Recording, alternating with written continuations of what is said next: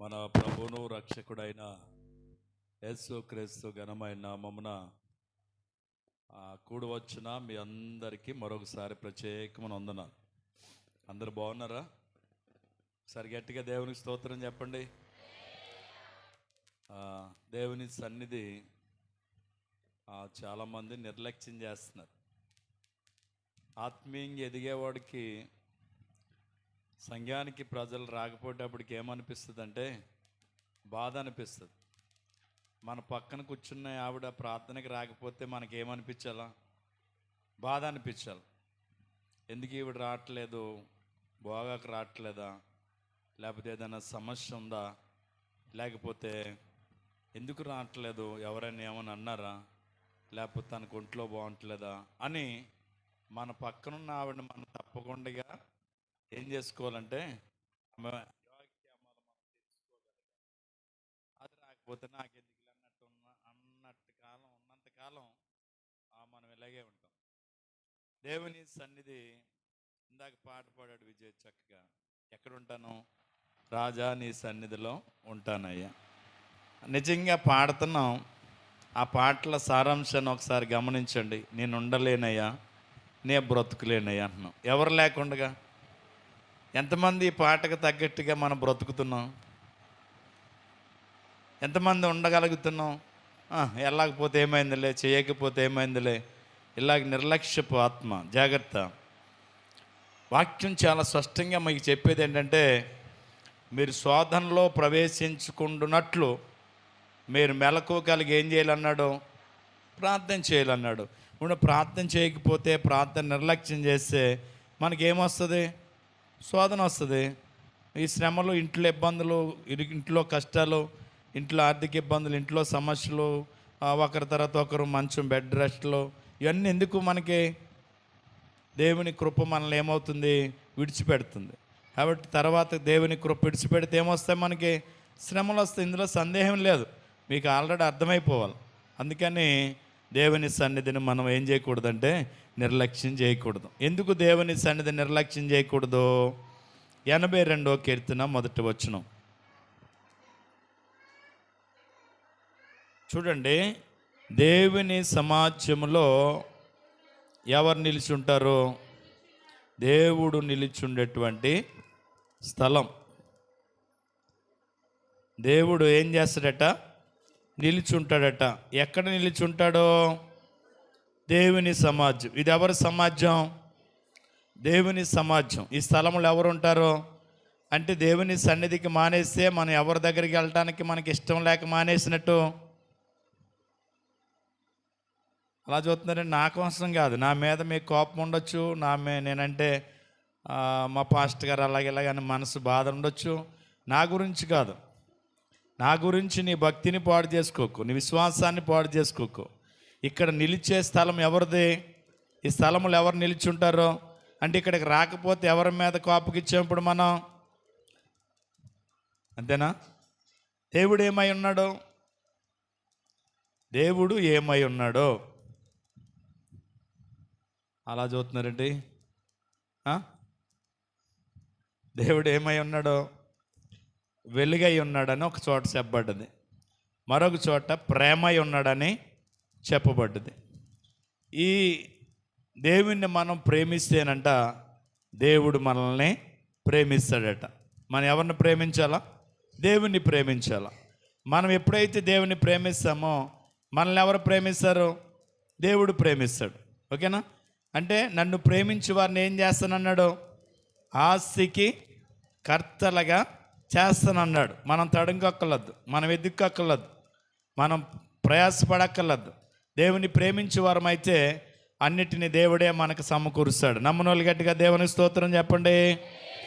దేవుని సన్నిధిలో మీరు చూడండి, మత్తయి సువార్త 18వ అధ్యాయము 20వ వచనం అనుకుంటాను. చూడండి ఒకసారి. 2-3 నా నామమున ఎక్కడ కూడి ఉందరో అక్కడ నేను వారి మధ్యన ఉంటానన్నాడు. దేవునికి స్తోత్రం చెబుదాం. ఎక్కడుంటాడు? ఎక్కడ 2-3 కూడా ఆయన నామమును ఎక్కువపిస్తారో వారి మధ్యలో ఉంటాడంట దేవుడు. ఇద్దరే ముగ్గురే దేవుని కృపను బట్టి ఇసుకపూడిలో ఉపవాస కూటాలు చాలా ఆశీర్వాదకరంగా జరిగాయి. వాతావరణం అస్సలు ఇబ్బంది లేకుండా ప్రార్థన స్టార్ట్ చేయడానికి ఆఖరి రోజు వర్షం ఆగిపోయింది. ఆ ప్రార్థన అయ్యేదాకా, భోజనాలు అయ్యేదాకా మంచి వాతావరణం దేవుడిచ్చాడు. ఇద్దరు ముగ్గురు ఉండేటువంటి ఆ సంఘం ఈరోజు మందిరం పడతలేదు. ఇంచుమించు 30-40 మంది బయట కూర్చున్నారు, మగవాళ్ళు అందరూ కూడా. టెంట్లు వేసి కుర్చీలు బయట వేసాం. అందుకే మిమ్మల్ని ఎవరిని ఇసుకపూడి రండి అని అనలేదు అసలు. నేను ఎవనొస్తులేని కూడా రండి అన్న మాట అనలేదు అసలు ఎవరిని. ఎందుకో తెలుసా? ఇద్దరు ముగ్గురు అన్నటువంటి ఆ పరిస్థితిని దేవుడు విస్తరింపజేస్తున్నాడు. అంతేకాదు, ఎక్కడిద్దరు ఉంటారో మూడో వ్యక్తిగా, నలుగురు ఉంటారో ఐదో వాడిగా, ఐదుగురు ఉంటారో ఆరో వాడిగా ఎవరుంటారు? దేవుడు ఉంటాడట.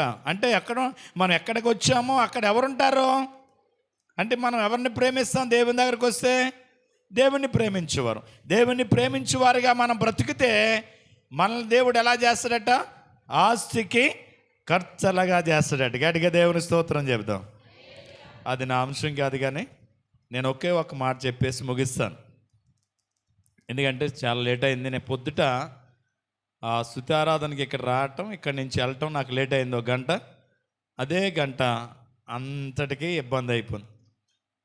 అందులోకి రేపటి నుంచి పెదపూడిలో ఉపవాస కూటాలు. రేపు సోమ, మంగళ, బుధవారం పెదపూడి చర్చిలో ఉపవాస కూటాలు. ఆ ఉపవాస కూటాల కోసం అన్నీ వాళ్ళని సిద్ధపరచడానికి కొంత టైం. దేవుని కృపను బట్టి మీరందరూ కూడా కూడుకల కొరకు ప్రార్థన చేయాలని ప్రభు పేట మనం చేస్తూ ఉన్నాను. మన కూటాలు వచ్చి 26, 27, 28 తారీఖులు, ఇదే నెలలో 26, 27, 28 తారీఖుల్లో మనకు కూటాలు జరుగుతాయి. ఇప్పటి నుంచే మీరు సిద్ధపడాలని మనం చేస్తూ ఉన్నాను. చాలా ఆశీర్వాదకరంగా దేవుడు తన కార్యాలు జరిగిస్తూ ఉన్నాడు. కనుక దేవుని సన్నిధానంలో మనం ఉండటం మనకు చాలా ధన్యత. ఎవరితో గడుపుతున్నాం? దేవునితో గడిపే ధన్యత. మనం చాలా సార్లు పాడుతూ ఉంటాం కదా, నీతో గడిపే ప్రతి క్షణము ఆనంద బాష్పాలు ఆగవయ్యా, నీతో గడిపే ప్రతి క్షణము ఆనంద బాష్పాలు ఆగవయ్యా, కృప చలంచగా మేలు యోచించగా, కృప చలంచగా మేలు యోచించగా, నాగల మాగదు స్తుతించక నిన్ను కీర్తించక, యేసయ్యా యేసయ్యా నా యేసయ్యా. అందరు చప్పలు కొడదాం, గట్టిగా స్వరమెత్తి పాడదాం. యేసయ్యా యేసయ్యా నా యేసయ్యా, యేసయ్యా యేసయ్యా నా యేసయ్యా. హల్లెలూయా. ఆయనతో గడిపితే ఎంత సంతోషమే కదా.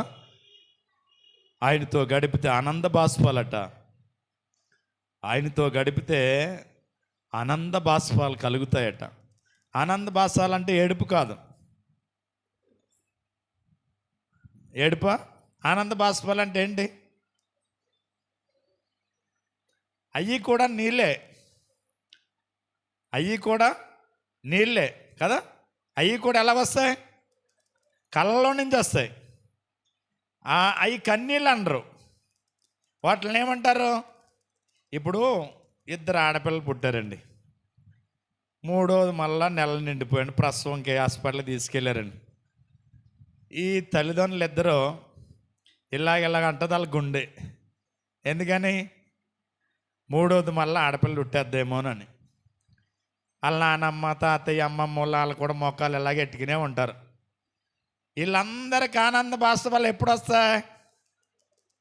చెప్పాలా ఎప్పుడు వస్తాయి? ఆపరేషన్ థియేటర్లో ఆపరేషన్ చేస్తూ ఉన్నారు, అందరూ అలాగే చూస్తూ ఉంటారు. అలా కన్నేసి కళ్ళు పెద్ద కళ్ళు చేసుకుని ఆ థియేటర్లోంచి ఎవరు వస్తారు అన్నట్టు చూస్తారు. అలా థియేటర్ తలుపు తీసి, అమ్మా ఇదిగో పలానోల్పి ఆవిడ తాళికి ఎవరో బాయ్ మేమేనండి ఏ అండి మగపిల్లాడు అన్నారు అనుకోండి. అప్పుడు దాకా మూలన కూర్చున్న వాళ్ళందరూ ఒకసారిగా ఏం చేస్తారు, మగపిల్లాడు ఎంత పండగ. అప్పుడు వచ్చే కన్నీళ్ళు ఏంటి తెలుసా? ఆనంద బాష్పాలు. గట్టిగా దేవునికి స్తోత్రం చెబుదాం. హల్లెలూయా. కాబట్టి దేవుని సన్నిధిలో గడిపితే, ఆయనతో గడిపితే మనకు వచ్చే బాష్పాలు ఏ బాష్పాలో తెలుసా? ఆనంద బాష్పాలు. లోక సంబంధమైన మనుషులతో మనం గడిపితే, లోక సంబంధమైన మనుషులతో మనం సహవాసం చేస్తే మనకు వచ్చేది ఆనంద బాష్పాలు కాదు. మనం కలిగేది ఏంటో తెలుసా? దుఃఖం, వేదన కలుగుద్ది. ఎక్కడి నుంచి వస్తాయో తెలియదు, కన్నీళ్ళు కార్చే పరిస్థితి వస్తుంది. ఎవడి వల్ల? ఒక మనుషునితో సహవాసము మనకు దుఃఖం మిగిలిస్తుంది, దేవునితో సహవాసము మనకు ఆనందాన్ని కలిగజేస్తుంది. గట్టిగా దేవునికి స్తోత్రం చెబుదాం.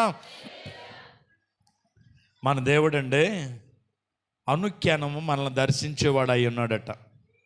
నువ్వు ఒకవేళ ఆదివారం దూరం అవ్వచ్చు, శుక్రవారం దూరం అవ్వచ్చు, తెల్లవారుజాము స్తుతి ఆరాధనకు నువ్వు రాలేకపోవచ్చు.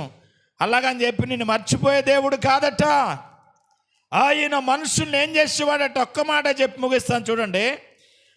నీవు నరపుత్రుని దర్శించుటకు వాడు ఎపాటివాడు, దేవుని కంటే వాడిని కొంచెము తక్కువగా వాని చేసి ఉన్నావు, మహిమ ప్రభావముతో వానికి కిరీటము ధరింపజేసి ఉన్నావు.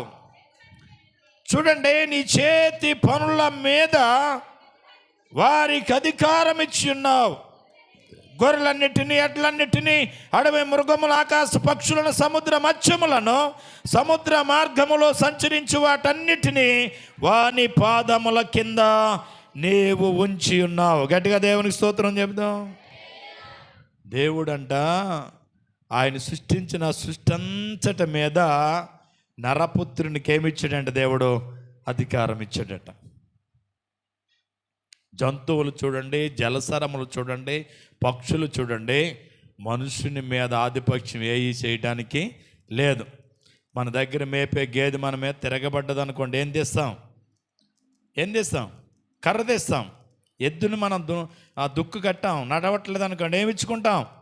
కర్ర ఇచ్చుకుంటాం. అవి ఎంత గొప్పవైనా మనుషునికి ఏమవ్వాల్సినవి? లోబడాల. ఈ అధికారం ఎవరిచ్చాడో? దేవుడిచ్చాడో. ఈ జంతువుల మీద, పక్షుల మీద, పురుగుల మీద, జలసరముల మీద, వీటన్నిటి మీద ఒక నరమాత్రునికి దేవుడు ఏమిచ్చాడట? అధికారం ఇచ్చాడు. గట్టిగా దేవునికి స్తోత్రం చెబుదాం. ఏమంటే అధికారం ఇచ్చాడంటానికి రుజువేంటి? ఒక్క మాట చెప్పండి. మీకు చాలాసార్లు చెప్పాను నేను వాక్యం, ఒక్క మాట చెప్పాలి. దేవుడు మనుషునికి ఏమిచ్చాడు? అధికారం ఇచ్చాడని చెప్పుకున్నాం కదా. అధికారం ఇచ్చాడు అనడానికి రుజువేంటి? ఒక్క మాట చెప్పండి.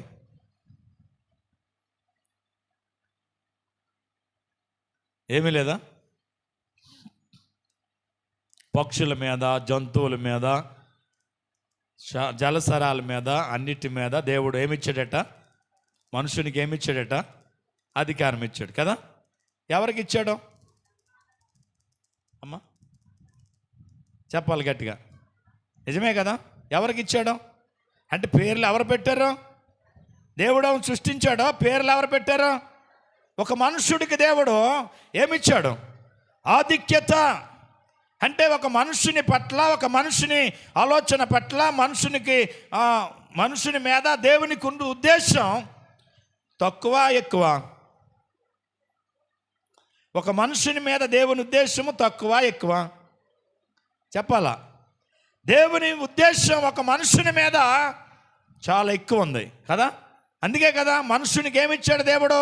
ఆధిక్యత ఇచ్చాడు, అధికారం ఇచ్చాడు. ఇక్కడ రాయబడ్డది చూస్తే ఒక నరపుత్రుణ్ణి, ఒక నరమాత్రుని దేవుడు దర్శిస్తున్నాడట. ఆదామును నేల మట్టితో దేవుడు నిర్మించాడు, నేల మట్టితో దేవుడు చేశాడు. ఆ దేవుడు చేసిన నేల మట్టితో చేసిన ఆదాముకు దేవుడు గాలిని వదగా ఏమొచ్చిందట? జీవాత్మ వచ్చింది. ఈ మనుషుని దర్శించడానికి ఉదయము, మధ్యాహ్నం, సాయంత్రం దేవుడు ఎక్కడికి వచ్చేవాడట? పరము నుంచి ఏదోను తోటకు వచ్చేవాడట. గట్టిగా దేవునికి స్తోత్రం చెప్దాం. ఎవరి కోసం?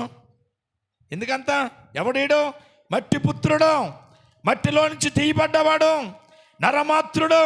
ఈ నరమాత్రుని దర్శించడానికి ఉదయము, మధ్యాహ్నం, సాయంకాలం ఎక్కడికి వచ్చేవాడు దేవుడు? ఏదోను తోటకు వచ్చేవాడట. ఆదామును చక్కగా తోడ మీద కూర్చుని పెట్టుకునేవాడట. తోడ మీద కూర్చుని పెట్టుకుని ఆదాముతో చక్కగా మాట్లాడేవాడట. ఆదాము ఏం తినాలో ఏం తినకూడదో చక్కగా తండ్రిగా ఆ బోధ చేసేవాడట. చక్కగా ఉదయము, మధ్యాహ్నం, రాత్రి ఎవరు వచ్చేవారు? ఎవరి దగ్గరికి చెప్పాలా? ఇప్పుడు ఆదాము దగ్గరికి దేవుడు వచ్చేవాడా? దేవుడి దగ్గరికి ఆదాము వెళ్ళాడా? ఇప్పుడు దేవుని దగ్గరికి ఎప్పుడు వెళ్తాం మనం? బతుకుండా ఎవడని వెళ్తాడా? అంటే దేవుని దగ్గరికి వెళ్ళాలంటే మనం ఏమవ్వాలా? చచ్చిపోవాలా, అంతేనా? కానీ ఆదాము దగ్గరికి ఎవరు వచ్చారు? దేవుడి దగ్గరికి ఆదాము వెళ్ళలేదు, కానీ ఆదాము దగ్గరికి ఎవరు వచ్చారు? ఇప్పుడు ఎవరు ప్రేమ అయినాడు? చెప్పాలి. ఇప్పుడు మీరా, దేవుడా? ఎవరు ప్రేమ కలిగినోడు? ఎవరు? ఇప్పుడు మనల్ని ప్రేమించేవాడు ఎవరు? దేవుడు. అందుకే ఎక్కడికి వచ్చేవాడు ఆయన? మనుషుని దగ్గరికి వచ్చేవాడు, మనుషునితో మాట్లాడేవాడు, మనుషుని బలపరిచేవాడు, మనుషునికి ఉపదేశం చేశాడు. దేవుడు మనుషుని ఏం చేసేవాడుగా ఉన్నాడు? ప్రేమించేవాడుగా ఉన్నాడు. గట్టిగా దేవునికి స్తోత్రం చెబుదాం. హల్లెలూయా. అందుకే నరమాత్రుని దర్శించుటకు వాడు ఎపాటి వాడు అని అడుగుతున్నాడు. ఇక్కడ మనుషుణ్ణి దేవుడు ప్రేమిస్తున్నాడంటే ఇక్కడ అడగబడేది ఏంటంటే ఆ నరపుత్రుణ్ణి దర్శించడానికి అసలు ఇది మనుషుడు ఎపాటోడు? గొప్పలమా? మనం ఏమన్నా గొప్పలమా? ఏం గొప్పలమా? మనుషుడు ఏదన్నా చేయగలడా? దేవుని చిత్తం లేకుండా ఏదైనా మనం జరిగించగలమా? దేవుని యొక్క కృప లేకుండా ఏదైనా మనం సాధించగలమా? ఏమి జరగదు, ఏమి చేయలేం. ఎవరి కృప కావాలా? దేవుని కృపే కావాలి. మనకు మనంగా ఏమీ చేయలేం. కాబట్టి ఈ మనుషుడి మీద దేవుడికి ఏం కలిగి ఉన్నాడు? ప్రేమ కలిగి ఉన్నాడు. అందుకే ఆదికాండం 12వ అధ్యాయం 1వ వచనం మీరు చూస్తే అబ్రాము దగ్గరికి దేవుడని యెహోవా వెళ్ళాడట. ఎక్కడికి వెళ్ళాడు? అబ్రాము దగ్గరికి వెళ్ళాడు. వెళ్ళి ఏమంటున్నాడు? ఇదిగో అబ్రామ్, నీవు లేచి నీ దేశమందున్న నీ బంధువులను, నీ తండ్రి ఇంటి వారిని విడిచిపెట్టి నువ్వు బయలుదేరి నేను చూపించు దేశానికి రమ్మని ఎవరు వచ్చారు? అబ్రామ్ దగ్గరికి. చెప్పాలా? ఎవరు వచ్చారు? అప్పటికి అబ్రహాం కాదు, అప్పటికి ఆయన పేరు అబ్రాహాము కాదు. అబ్రాము దగ్గరికి ఎవరు వచ్చారు? దేవుడు వచ్చాడు. ఇప్పుడు అబ్రాముగా ఉన్నప్పుడు ఈ అబ్రాం ఎవరి మాటకి లోబడ్డాడు? దేవుని మాటకి లోబడ్డాడు. దేవుని మాటకి లోబడి దేవుడు చెప్పినట్టుగా తన ప్రయాణము చేయటం వల్ల దేవుడు ఆయన్ని అబ్రహాముగా మార్చాడు. గట్టిగా దేవునికి స్తోత్రం చెబుదాం. ఎలా మార్చాడు? అబ్రహాముగా మార్చాడు. అబ్రహాం అంటే విశ్వాసులకు ఏమైపోయాడు? ఆయన తండ్రి, ఆశీర్వదించబడిన వాడిగా మారిపోయాడు. కాబట్టి కారణం ఏంటి తెలుసా? అబ్రాముగా ఉన్నప్పుడు అబ్రాము దేవుని మాట వినటం వల్ల దేవుడు ఆయన్ని అబ్రహాముగా మార్చాడు. విశ్వాసులకు తండ్రి అయ్యాడు. అందరికీ ఆశీర్వాదానికి మూలం కర్త ఎవరో తెలుసా? అబ్రహామే. కాబట్టి నీవు నేను ఎందుకు పనికిరాను మనలను ఈరోజు ఈ స్థితి? నేను ఇలా బండి మీద వచ్చేస్తా ఉంటే నాకు రోడ్డు పక్కన కనిపించే వాళ్ళు అందరూ వందనాలండి అంటారు. వాళ్ళు మన చర్చికి వచ్చినా రాకపోయినా నాకు నరేంద్రపురం నుంచి ఎదురొచ్చే ప్రతి వాడు కూడా వందనాలండి వందనాలు అంటారు. ప్రతి వాళ్ళు అన్యులు కూడా నమస్తే అంటారు. ఎక్కడిది ఘనత? ఎక్కడిది ఘనత? ఎవరిచ్చింది చెప్పాలా? నేను తెచ్చుకున్నది కాదు. ఎవరిదే? దేవుడిచ్చేదే. ఒక అన్యులు ఉన్నతమైన కుటుంబాల ఇంటికి వెళ్ళినా వాళ్ళు లేచి, అయ్యా మీరు కూర్చోండి, అయ్యా మీరు కూర్చోవాలి అని మనకి కుర్చీ ఇచ్చే స్థితి ఎవరిచ్చింది? దేవుడు. అంటే ఎప్పుడైతే దేవుని మాటకు లోబడతామో, ఎప్పుడైతే దేవుని మాట వింటామో, ఎప్పుడైతే దేవుని చిత్తానికి అనుగుణంగా నడుస్తామో, అప్పుడు దేవుడు మన స్థితిగతులను మార్చి ఆశీర్వాదానికి ఏం చేస్తాడు తెలుసా? వారసులుగా మనల్ని చేస్తాడు. నమ్మిన వాళ్ళు గట్టిగా దేవునికి స్తోత్రం చెప్పండి. నీ స్థితిగతులు మారాలంటే, నువ్వున్న స్థితిలో బయటికి రావాలంటే నువ్వు తప్పకుండా ఎవరి మాట వినాలి తెలుసా? దేవుని మాట వినాలా. అబ్రాహాము దేవుని మాట విన్నాడు. తన భార్యను తీసుకున్నాడు, తన తండ్రిని ఇంటిని బంధువులు విడిచిపెట్టాడు, దేవుడు చూపించే దేశానికి వచ్చాడు. అబ్రహాం పోవు చోటల్లా ఏం కట్టాడు? అబ్రహాము పోవు చోటల్లా ఏం కట్టాడు? బలిపీఠం కట్టాడు. దేవునికి విధేయుడయ్యాడు. దేవుని చిత్తానికి అనుగుణంగా దేవుని సన్నిధానంలో ప్రార్థించేవాడిగా ఉన్నాడు. దేవుడు అబ్రాహామును అబ్రహాముగా మార్చేశాడు. గట్టిగా దేవునికి స్తోత్రం చెబుదాం. మరి నువ్వు మారావా? నీ స్థితి మారిందా? నీ పరిస్థితి మారిందా? నువ్వు గణపరచబడుతున్నావా? నువ్వు ఇంకా అవమాన పాలవుతున్నావా? ఇంకా దేవుని ఆశీర్వాదానికి వారసుడు కాకుండా ఉంటున్నావా? ఒకసారి ఆలోచించు. అబ్రాహాము బొమ్మలు అమ్ముకున్నవాడే, దేవుడు బొమ్మలు అమ్ముకునే స్థితి కదా. ఇప్పుడు దేవుడు 318 మంది ఆయన ఇంటికాడ ఒక్కరోజు పనిచేసేవాళ్ళట. ఎంతమంది? 318 మంది. తన భార్యలు, తన పిల్లలు, వాళ్ళ కుటుంబం, వాళ్ళ బంధువులు కాకుండా తనకు పనిచేసే వాళ్ళు అంతమంది ఉంటే పూటకి ఎంతమందికి భోజనం పెట్టే స్థితికి వచ్చాడో? పూటకి ఎంతమందికి భోజనం పెడుతున్నాడో? లేనోడా? అబ్రహాం ఎంత ఆశీర్వాదించబడ్డాడో! ఎందుకు ఆశీర్వదించబడ్డాడో? దేవుని మాట విన్నాడు. మరి ఇప్పుడు మనస్థితి ఏంటి?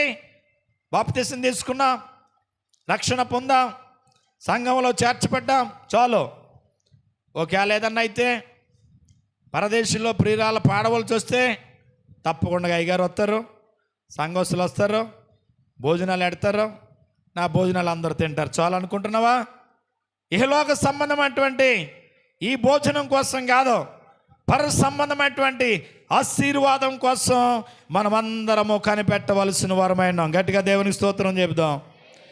మరి రక్షణ పొందేసి ఇంటికాడ ఉంటే, పనిలోకి వెళ్ళిపోతే, వెళ్దాంలే రేపు వారం అనుకుంటా కూర్చుంటా ఉంటే, ఈలోపే ప్రభు పిలిపోస్తే ఎక్కడికి వెళ్తావు? వెళ్ళిపోతావా పరలోకం? టికెట్ కొనుక్కున్నాను బెంగళూరుకి, రాత్రి 9:20 బస్సు అని చెప్పారు. నేను ఆ టికెట్ కొనుక్కుని 9:20 బస్ స్టేషన్లో నేను టికెట్ పట్టుకుని ఏమవ్వాలా? నిలబడాలా. కరెక్ట్గా బస్సు వస్తుంది, నన్ను ఆ బస్సులో ఎక్కించుకుంటారు, నన్ను బెంగళూరులో దింపుతారు. బస్సు ఎక్కిన తర్వాత నిద్రపోయినా సరే అందులో ఎవడక్కడ వచ్చి, సార్ మీరు దిగే స్టేజ్ వచ్చింది సార్ లెగండి అని చెప్పి నన్ను లేపి మరీ దింపుతారు. కారణం ఏంటి తెలుసా? నేను టికెట్ కొనుక్కున్నాను, రిజర్వేషన్ చేసుకున్నాను, టయానికి వెళ్ళి బస్సు ఎక్కి కూర్చున్నాను. నేను దిగవలసిన ప్లేస్లో ఆ బస్సు నన్ను దింపి వెళ్ళిపోద్ది. గట్టిగా దేవునికి స్తోత్రం చెబుతాం. ఇప్పుడు మన వాళ్ళ సంగతి ఏంటి? టికెట్ కొనేసుకున్నాం, ఈ టికెట్ అట్టుకెళ్ళి బీరువాల్లో సీక్రెట్ లాకర్లో టికెట్ పెట్టి మనం పడుకుంటే బెంగళూరు వెళ్తామా? ట్రైన్ ఎక్కాడంట, ట్రైన్ ఎక్కితే నిద్ర వస్తుంది, పక్కన అడుగుతున్నాడంట, ఒరు బాబు ఈ పై ట్రైన్ ఎక్కడికి వెళ్తుంది, ఈ కింద ట్రైన్ ఎక్కడికి వెళ్తుంది అన్నాడట. ఇదేంటి? ట్రైన్ మీద 2 ఉంటాయి అరలో, బస్సు మీద కూడా ఉన్నాయి కదా ఇప్పుడు, రెండు అంటే కింద సీట్ ఉంటుంది, దానిపైన కూడా మనకు ఒక సీట్ ఉంటుంది కదా. ఆ పక్కోడి నిద్ర ఎట్లా అన్నాడంటే అది కర్ణాటక వెళ్తుంది అన్నాడట. మరి కిందదే చూసారా? ఆలోచన చేయండి. చాలామంది టికెట్ కొనుక్కున్నాం కదా, చాలు మనం ఎక్కడికి వెళ్ళక్కర్లేదు, గుళ్ళోకి వెళ్ళక్కర్లేదు, శుక్రవారం ప్రార్థన అక్కర్లేదు, కృతజ్ఞత స్తుతి ఆరాధన మనకు అక్కర్లేదు, ఆదివారం ఆరాధన మనకు అక్కర్లేదు. నియమపు కూటాలు జరుగుతూ ఉన్నాయి, చాలా ఇంటికి ఆడ కూటాలు పెడతాం, ఆ కూటాలు అక్కర్లేదు. కేవలం రక్షణ పొందితే చాలు అనుకునే వాళ్ళు పరలోకం వెళ్తారా అని అంటే ఎల్లరని చెప్తుంది వాక్యం.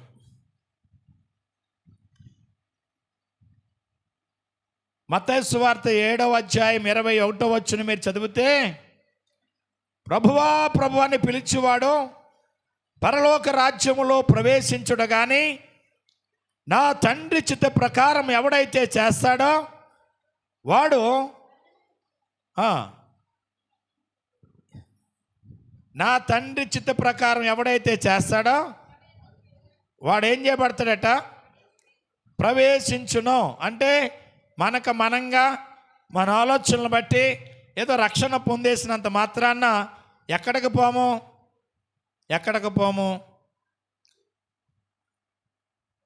7:21 లేదా? మరి ఏది బండ మీద అన్నారని నాకు డౌట్ వచ్చింది, నేను తప్పు చెప్పానా రెఫరెన్స్ అని. ఏమనుంది అక్కడ చూడండి. ప్రభువాని పిలిచేవాడు ప్రతివాడు పరలోక రాజ్యంలో ప్రవేశించడు కానీ తండ్రి చిత్తం ఏంటి? మొన్నే మనం లూదియా కోసం చెప్తూ ఆమె విశ్రాంతి నియమము కలిగిన ఆవిడని చెప్పుకున్నాం. ఆయన చెప్పినటువంటి మాట మీకు జ్ఞాపకం చేశాను. 6 దినములు మీరు కష్టపడండి, 7వ దినాన్ని ఏం చేయండి? నా సన్నిధిని పరిశుద్ధ దినముగా మీరేం చేయండి? ఆచరించుటకు జ్ఞాపకం ఉంచుకోండి అన్నాడు. అది ఎవరి చిత్తం? మరి నువ్వు ఆ రోజు మానేసి ఇంటికాడ ఉంటున్నావు, ఆ రోజు మానేసి ఇంటింటికాడ తిరుగుతున్నావు, గిరగిరా తిరుగుతున్నావు. గంగిరెద్దుల వాళ్ళు కొంతమంది గంగిరెద్దుని తీసుకుని ఏం చేస్తారు? ఇంటింటికి తిప్పుతారు చూడండి. అలాగే ఇక్కడ ప్రార్థన జరుగుతూ ఉంటే, పాటలు పాడుతుంటే, ఆరాధన జరుగుతూ ఉంటే ఇంటికాడ తిరుగుతారు, ఎందుకో తెలియదు. వారానికి ఒక రోజు మనం నియమింపబడిన దినమదే, అది తండ్రి చిత్తం. నిజమండి. ఆ చిత్తాన్ని నెరవేర్చగలిగితే పరలోక రాజ్యం మన సొంతం. గట్టిగా దేవుని స్తోత్రం చెబుతాం. హల్లెలూయా, హల్లెలూయా. ఈ లోక సంబంధమైన ఆలోచిస్తున్నారు కొంతమంది. అయ్యగారు అందరినీ గుడికి రమ్మన్నారంటే అందరూ అన్ని పొదిలేస్తాం, అయ్యగారికి ఎక్కువ కానుకలు వస్తాయి రమ్మంటున్నారు అనుకుంటుంది ఒక మనిషి. డైలాగులు వింటున్నాను నేను. నీ 10 రూపాయల కోసం అయితే నువ్వు రావద్దు అసలే. నన్ను పిలిచిన దేవుడు మనుషులకి అది తెలుసా? నన్ను పిలిచిన దేవుడు సృష్టికర్త అయిన దేవుడు, ఆది సంభూతుడు, ఆయనకి అసాధ్యం అంటూ ఏది లేదు. నన్ను పోషించడానికి, ఆ రోజు ఏలియాను పోషించడానికి కాకులను పిలిస్తే అంట, కాకులు ఏం చేశాయి? ఏలియాకి ఏ భోజనం? పప్పు సారా. ఏ భోజనం పెట్టాయి? రాజు ఆహారం, రొట్టె, కక్క. మనకేది కావాలా? కక్కే కదా నిర్మల. కక్క మంచి ఫ్రై కాకలట్టుకెళ్ళి ఏలియాకి పోషించే. నువ్వు తప్పుడు ఆలోచించి దేవుని ఆశీర్వాదాన్ని చేతులారా నువ్వేం చేసుకోవద్దు? పాడు చేసుకోవద్దు. వాటి కోసం కాదు మిమ్మల్ని రక్షణలోకి నడిపించింది. మీరందరూ కానుకలు వేస్తారు, ఆ కానుకలు చేద్దాం నేను బలపడదామని కాదు, మిమ్మల్ని అందరినీ నిత్య జీవానికి నడిపించాలని ఆశ నాది. గట్టిగా దేవుని స్తోత్రం చెబుతాం. పరలోక రాజ్యంలో మిమ్మల్ని అందరినీ కూర్చుండబెట్టాలని ఆశ. మీరిచ్చే సందాల కోసం, లేకపోతే మీరిచ్చే కానుకల కోసం ఎప్పుడు నేను ఆశపట్టలేదు. నా దేవుడు సమృద్ధి కలిగిన దేవుడు. ఈ రోజుకి నాకు ఏ లోటు లేదు, నాకేది కావాలో అన్నీ నా దేవుడు ఇస్తున్నాడు. కాబట్టి నువ్వే మోసపోతావు. గరిగి తిన్న గాడిదంటే ఏమవుద్దంట? మోసపోద్దంట. కానీ గరికే ఎప్పుడు సిగిరిస్తాను ఉంటుందట. కాబట్టి నువ్వు మోసపోతున్నావు. దేవుని కొరకు ఇస్తున్నావు నువ్వు, నా కోసం కాదు. దేవునికి ఇస్తున్నావు కానుక. ఆ కానుక దేవునికి కూడా కాదు, నీ కొరకు పరలోకంలో ఏం చేసుకుంటున్నావు? కూర్చుకుంటున్నావు. నువ్వు మానే. ఎవడ క్లాసు? నాకు మాత్రం లాస్ అనుకోకండి. నాకు సమృద్ధి. నాకు దేవుడు ఒక ద్వారం మూయబడితే 9 ద్వారాలు తెరిచి నన్ను నడిపించగల దేవుడు, నమ్మదగిన దేవుడు, మాట ఇచ్చిన దేవుడు, ఎప్పుడు నన్ను ఇడువడు, ఎడబాయడు. నాకు తెలియనటువంటి మనుషులు కూడా ఈ మధ్య నాకు ఫోన్పే చేసి అయ్యా మా కొరకు ప్రార్థన చేయండి అని అడుగుతున్నారు. అది ఎవరి కృపో తెలుసా? దేవుని కృప. నువ్వు అనుకుంటున్నావు నేను వెళ్ళకపోతే ఏముండదో అని ఒకవేళ మానేస్తున్నావేమో. లేదా శుక్రవారం సందా పడుతున్నారు, కృతజ్ఞత కూటం తెల్లవారుజాము స్తుతి ఆరాధనకి సందా పడుతున్నారు. అయ్య బాబోయ్ ఆదివారం సందా పెడుతున్నారు. వారంలో 3 సార్లు సందా ఇవ్వాల్సి వస్తుంది. 3 పదులు 30 రూపాయలు మనం వేసేదల్లా. 30 రూపాయలకు వారానికి ఎంత ఖర్చు చేస్తారు మీరు? ఎన్ని రోజులు సరిపోతాయి చెప్పండి? మీరు ఇక్కడికి వచ్చిన వాళ్ళు అందరూ 50 మంది వచ్చారు అనుకుందాం. 50 పదులు వేస్తారు, ఎన్ని వందలు వస్తాయి ఏమండి? ఓ రోజుని ఈ కానుకలు పెట్టికాడ నుంచి విజయ్ ప్రార్థన చేస్తున్నాను. నేను వెనకాల ఉన్నాను. ప్రభువా ఈ పదులన్నీ 100 కానీ ప్రార్థన చేస్తున్నాడు. మా వాళ్ళందరిని అలాగా ఆశీర్వదించు ప్రభు అన్నాడు. అంటే ఏం కనిపించాయి? అన్ని నాడికి పదులు కనిపించాయి. ఓకే పోనీ 20 వేస్తావు. అంతకంటే ఎక్కువ వేసే వాళ్ళు ఎవరున్నారు? ఇప్పుడు నువ్వు లెక్కెట్టు. పోనీ 20 వేసారు అనుకుందాం. 50 మంది వచ్చారు. 50 20 ఎంత? 1000 రూపాయలు. 1000 రూపాయలతో వారం రోజులు నేను నా పిల్లలు గడుపుతామా? నేను పట్టుకి 500 రూపాయలు బండి ఆయిల్ వేయించుకుంటాను. నేను ఇప్పటికి ఒక్క చోట బయట ఎక్కడ దానికి ఆయిల్ వేయించలేదు. ఎక్కడ కొట్టించినా ఫుల్ ట్యాంక్ వేయించుకుంటాను. మరి నా వల్ల పోషించబడుతున్నారు పాస్టర్ గారు అన్నట్టుగా బిల్డప్ ఇచ్చేస్తున్నావంటే ఎవరు మోసపోతున్నారో? మీరే మోసపోతారు. జాగ్రత్త. నువ్వు చేసే ప్రతిదీ ఎవరి కోసం తెలుసా? దేవుని కొరకు. నువ్వు ఇచ్చేది ప్రతిదీ దేవుని కొరకు ఇస్తున్నావు. నిన్ను దేవుడు ఆశీర్వదిస్తాడు తప్ప నువ్వు చేతులారా అలాంటి ఆలోచనలు పెట్టుకుని ఏం చేయక తెలుసా? ఆశీర్వాదాన్ని పాడు చేసుకోవద్దు. గట్టిగా దేవునికి స్తోత్రం చెబుదాం. దేవుడు మనల్ని మర్చిపోవట్లేదు. దేవుడు మనల్ని ఏం చేస్తున్నా తెలుసా? జ్ఞాపకం చేసుకుంటున్నాడు. మనం అందరము దేవుని జ్ఞాపకంలో ఉన్నాం. మనం అందరము దేవుని జ్ఞాపకంలో ఉన్నాం. నిన్ను నన్ను మనలందరినీ ప్రభు ఏం చేస్తున్నాడు తెలుసా? ప్రేమిస్తున్నాడు. ఆ రోజు అబ్రాహాము దేవుని మాట వినుట వల్ల దేవుడు ఏం చేశాడు తెలుసా? అబ్రహాముగా మార్చేశాడు. రెండవదిగా మీరు చూస్తే మిద్యాను అరణ్యానికి వెళ్ళి గొర్రెలను మేపుకుంటున్నాడు మోషే. ఎక్కడున్నాడు? మిద్యాను అరణ్యంలో గొర్రెలు మేపుకుంటున్నాడు. ఒకరోజు పొదలో ఉండి మోషేతో ఎవరు మాట్లాడారు?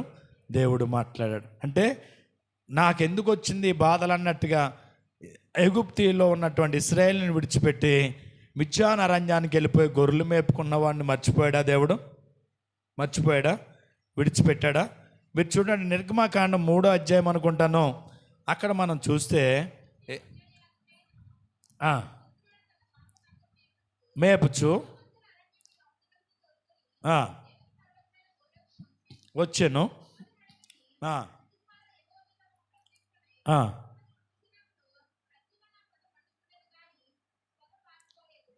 చూడండి మోషేను మిద్యాను అరణ్యములో పొదలో నుంచి మోషేతో దేవుడు ఏం చేశాడు? మాట్లాడాడట. మోషే దయచేసి నా మాట వినవా?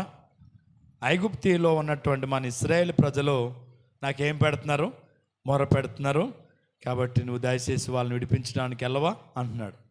అంటే ఇశ్రాయేలు ఇక్కడ మొర పెడుతుంటే మిద్యాను అరణ్యంలో గొర్రెలు మాసుకునేటువంటి వాడితో ఎవరు మాట్లాడుతున్నారు? దేవుడు మాట్లాడుతున్నాడు. నా మాట విను, నా స్వరం విను. దయచేసి నువ్వు ఐగుప్తుకి వెళ్ళి ఇశ్రాయేలును నువ్వు అక్కడి నుంచి విడిపించుకురామని మాట్లాడున్నవరు? దేవుడు మాట్లాడాడు. మిద్యాను అరణ్యములో దేవుడు మోషేను విడిచిపెట్టాడా? గొర్రెలు మేపుకున్నాడు నాకెందుకు అనుకుని వదిలేశాడా? మోషేను దర్శించాడు దేవుడు. మోషేతో మాట్లాడాడు దేవుడు. మోషేను పద అన్నాడు, నడిపించాడు దేవుడు. ఐగుప్తుకు వచ్చాడు మోషే. ఇశ్రాయేలు ప్రజలను ఫరోతో మాట్లాడి ఇశ్రాయేలు ప్రజలను ఏం చేసుకొచ్చాడు తెలుసా? కానాను దేశం నడిపించుకొచ్చాడు. గట్టిగా దేవుని స్తోత్రం చెప్దాం. హల్లెలూయా. మోషేని దేవుడు ఏమవ్వలేదు తెలుసా? మర్చిపోలేదు. న్యాయాధిపతుల గ్రంథంలో ఉంటుంది 6వ అధ్యాయం 12వ వచనం. చదవద్దు, నేను ముగిస్తాను. చూడండి అక్కడ ఏం రాయబడ్డా తెలుసా?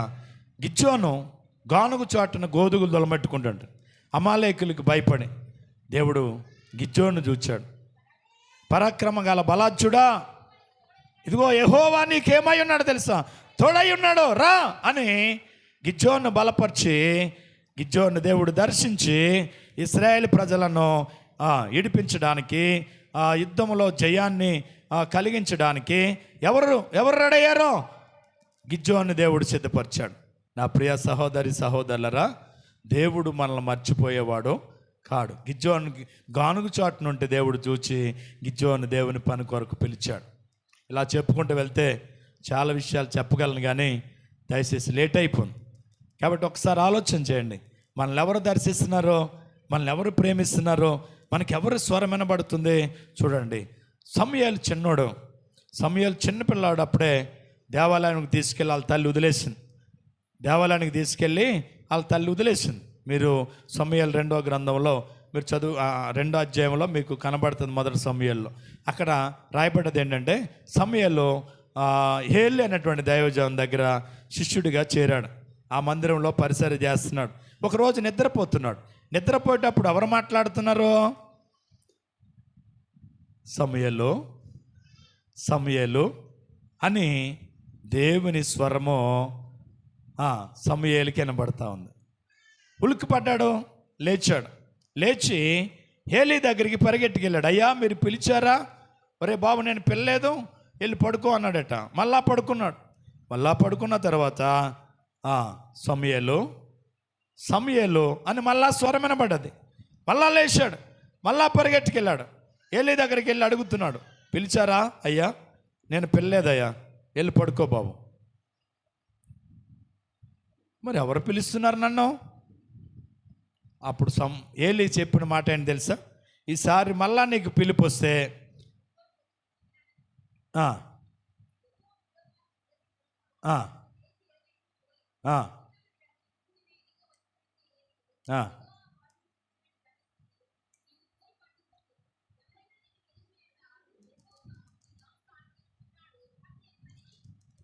అప్పుడు ఏలీ చెప్పిన మాట ఏంటి తెలుసా? బాబు మళ్ళా ఈయన పిలుపు వస్తే నువ్వు వెళ్ళి పడుకో, మళ్ళా పిలుపు వస్తే చిత్తం నీ దాసుడు ఆలకిస్తున్నాడు, సెలవిమ్మని అను.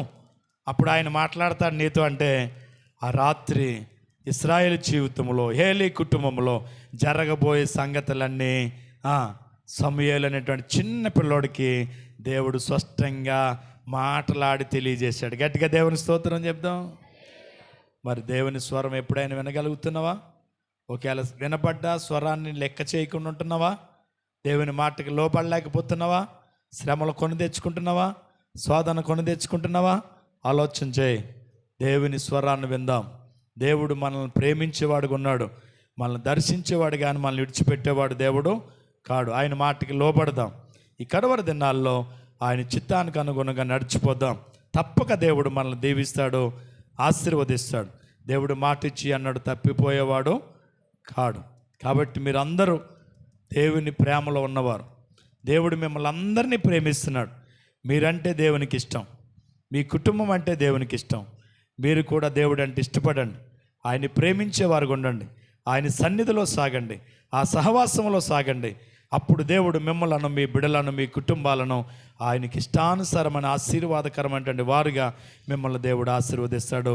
అలాంటి ఆశీర్వాదానికి మీ కుటుంబాలన్నీ వారసులు అవ్వాలని మనసారా ఆకాంక్షిస్తూ, అటు ఆశీర్వాదాన్ని పాడు చేసుకునే వారికి కాకుండా ఆశీర్వాదానికి మీరు అందరు వారసులు అవ్వాలని మనసారా ఆకాంక్షిస్తూ ఈ మాటలు చెప్పి ముగిస్తున్నాను. దేవుడి మాటలు మన అందరి వినికిడిలో దీవించి ఆశీర్వదించునుగాక. మీ అందరికీ వందనాలు. ప్రార్థన చేద్దాం. అందరూ అలా మోకరిద్దాం, తల్ల వంచుదాం, కళ్ళు ముద్దాం, ప్రార్థన చేద్దాం. నిన్ను దర్శించేవారు లేక నిన్ను ఆదరించేవారు,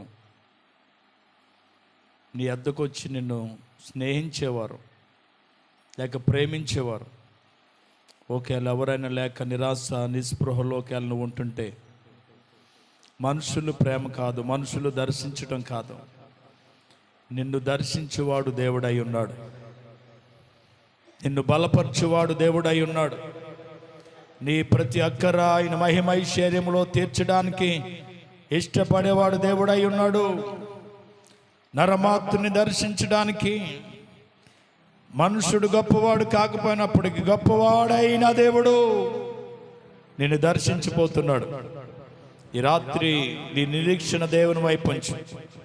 నువ్వు దేవుని సన్నిధిలో ఆయన వైపు చూడు. నీవు ఆయన ప్రేమలో అతకబడు. నిన్ను ప్రేమించేవాడు దేవుడు, నిన్ను బలపరచువాడు దేవుడు, నిన్ను ధైర్యపరచువాడు దేవుడు. ఇదిగో ఆయన మనల్ని దర్శించు దేవుడై ఉన్నాడట. ఒకవేళ నా పక్కోళ్ళే నాతో మాట్లాడట్లేదు, అయ్యో నా ఎదురింటోళ్ళు నన్ను మాట్లాడట్లేదు, అయ్యో నన్ను దర్శించేవారు లేరు, నన్ను శ్రమలో నన్ను ధైర్యపరిచేవారు లేరు, నా బాధలో నన్ను కృంగిపోతున్న నన్ను చేపట్టుకు లేపేవారు లేరు, అయ్యో నా పరిస్థితి ఏంటని చెప్పి చింతపడుతున్నావేమో, ఈ ఉదయకాలపు వేళ దేవుడు నీతో నాతో మాట్లాడుతున్నాడు. ఇదిగో నేను నిన్ను దర్శించే దేవుడను, నిన్ను బలపరిచే దేవుడను, నిన్ను ప్రేమిస్తున్న దేవుడను. ఇదిగో నా మాట వింటావా? ఆ రోజు నా మాట విన్న అబ్రహాముగా నేను మార్చాను. అబ్రహామును ఆశీర్వాదానికి తండ్రిగా చేశాను. ఇదిగో నా మాట వింటావా? నా మాట వింటావా? ఈ ఉదయకాలపు వేళలో ప్రభు మనతో మాట్లాడుతాడు. ప్రభు మనతో మాట్లాడుతున్నాడు. ఏ విషయంలో నువ్వు కృంగిపోతున్నావో ఈరోజు నిన్ను దర్శించే దేవుడిని కలిగి ఉన్నావు. నువ్వు ఆయనను బలపరిచే దేవుడు, ఆయనను దర్శించే దేవుడు, ధైర్యపరిచే దేవుడు. నీ ప్రతి అవసరత ఆయన మహిమైశ్వర్యములో తీర్చడానికి ఇష్టపడుతున్న దేవుడు. ఆయన వైపు చూస్తావా? ఆయన వైపు చూస్తావా? ప్రార్థన చేద్దాం. ప్రేమ నమ్మకం కలిగిన తండ్రి, నీ ఘనమైన ఉన్నతమైన నామానికి వందనాలు ప్రభు. నీ ఉచితమైన కృప చేత, నీ అపారమైన ప్రేమ చేత నువ్వెంతగానో మమ్మల్ని కాచి కాపాడుతున్నావు, మమ్మల్ని బలపరుస్తున్నావు, మమ్మల్ని నడిపిస్తున్నావు. మా గొప్ప దేవుడా, ఈ రోజుకి స్థితి పరిస్థితి నువ్వు ఇచ్చిందే ప్రభువా. నువ్వు మమ్మల్ని మర్చిపోయిన దేవుడు కాదు తండ్రి. యెహోవా మమ్మల్ని మర్చిపోలేదు. ఆయన మమ్మల్ని ఆశీర్వదించాడని ఇశ్రాయేలీయులందరూగా కన్నావు తండ్రి. నిజమే, నువ్వు మమ్మల్ని మర్చిపోయే దేవుడు కాదు తండ్రి. మనుషులు మమ్మల్ని మరవచ్చు, మనుషులు మమ్మల్ని విడవచ్చు, మనుషులు మమ్మల్ని వదిలేయచ్చు, మనుషులు మాకు దూరం అవ్వచ్చు, కానీ నువ్వు మాకు దూరం అయ్యే దేవుడు కాదు తండ్రి. మమ్మల్ని బలపరిచే దేవుడు. దేవా నీకు వందనాలు. ఈ ఉదయకాలపు వేళలో నీ వాక్యం ద్వారా మాతో మాట్లాడి ఉన్నావు. అయ్యో, ఆదరణ లేక కృంగిపోయిన స్థితిలో మేముంటే నువ్వు దర్శించే దేవుడు అని, నువ్వు ధైర్యపరిచే దేవుడు అని, నువ్వు మమ్మల్ని మర్చిపోయే దేవుడు కాదనే సంగతి ఎరిగి నిరీక్షణ గలవారమే ముందుకు సాగునట్లు కృప దయచేయండి. ఈ ఉదయకాలపు ఆరాధనకు కూడి వచ్చిన చిన్నపిడి మొదలుకొని పెద్దవారు వరకు మీ దేవునితో నింపమని ప్రార్థన చేస్తున్నాను. బలహీనలు బలపరచండి, రోగులను స్వస్థపరచండి. అద్భుతాలు ఆశ్చర్యమైన కార్యాలు మీరు జరిగించి నీ నామాన్ని మహిమ తెచ్చుకోమని కూడి వచ్చిన చిన్నబిడ్డ మొదలుకొని పెద్దవారు వరకు మీ దేవునితో నింపండి. ఇదిగో బిడ్డలు తీసుకొచ్చిన కానుకలను బట్టి వందనాలు, ప్రథమ పొలాలను బట్టి వందనాలు, 10వ వంతులను బట్టి వందనాలు, కృతజ్ఞత కానుకలను బట్టి వందనాలు. బిడ్డలు తీసుకొచ్చిన వాటన్నిటిని మీరు దీవించి రెట్టింపు ఆశీర్వాదాలు బిడ్డకు అనుగ్రహించమని ప్రార్థన చేస్తున్నాను. బలహీనైన వారిని బలపరచండి, రోగులైన వారిని స్వస్థపరచండి. ఇదిగో జరగబోయే ఉపవాస కొడుకులు ఆశీర్వాదకరంగా జరిగించండి, మేలుకరంగా జరిగించి, దీవెనికరంగా జరిగించి కృపతో మమ్మల్ని నింపండి. పిలువబడిన దాసులను మీరు సిద్ధపరచండి. చక్కని వర్తమానాలు మాకు అనుగ్రహించండి. వాతావరణాన్ని అనుకూలపరచు, విద్యుత్తును అనుకూలపరచు, సౌండ్ సిస్టమ్, మైకులు, ఆర్కెస్ట్రా అన్నిటిని అనుకూలపరచు. మహిమ కొరకు జరిగించమని ప్రార్థన చేస్తున్నాను. గొప్ప దేవుడా నీకు వందనాలు. ఈ ఉదయకాలపు వేళలో మా ప్రార్థనలు, మా విజ్ఞాపనలు ఈ పాసాన్ని చేర్చుకోండి. ప్రతిఫలము, దీవెన, ఆశీర్వాదాన్ని మీరు ఇచ్చి నీ నామాన్ని మహిమ తెచ్చుకోండి. ఘనత, మహిమ, ప్రభావాలు మీరు పొందండి. ఎందరైతే రాలేకపోయారో వారు మేము కలిసి నీ రాకడ ఆలస్యమైతే మరొకసారి నేను ఆరాధించుకునే తరుణం, సమయం మా బ్రతుకులో మెరిచి నీ నామాన్ని మహిమ తెచ్చుకోమని యేసుక్రీస్తు అధికారి గల నామమున ప్రార్థించి స్తుతించి అడిగి వేడుకొనుచున్నాం పరమ తండ్రి. ఇప్పుడు మన తండ్రి అయిన దేవుని యొక్క ప్రేమయు, కుమారుడైన యేసుక్రీస్తు వారి యొక్క కృపయు, పరిశుద్ధాత్మ కనున సహవాసము సమాధానం మనకును మన కుటుంబాలకు సంఘానికి గ్రామానికి ప్రభు కృప నిత్యము తోడై నడిపించును గాక. ఆయన సన్నిధి కాంతి మన మీద, మన బిడల మీద, సంఘం మీద, జరగబోయే కొడుకుల మీద నిత్యము నిలుచును గాక. యేసు రక్తమేచ్చాయి, సిలువ రక్తమేచ్చాయి, ప్రవేశ రక్తం సంపూర్ణ విషయం, అపవాది కీలకనంత నాశనము కలుగును గాక. ఆమేన్, ఆమేన్, ఆమేన్. అందరికి వందనాలు.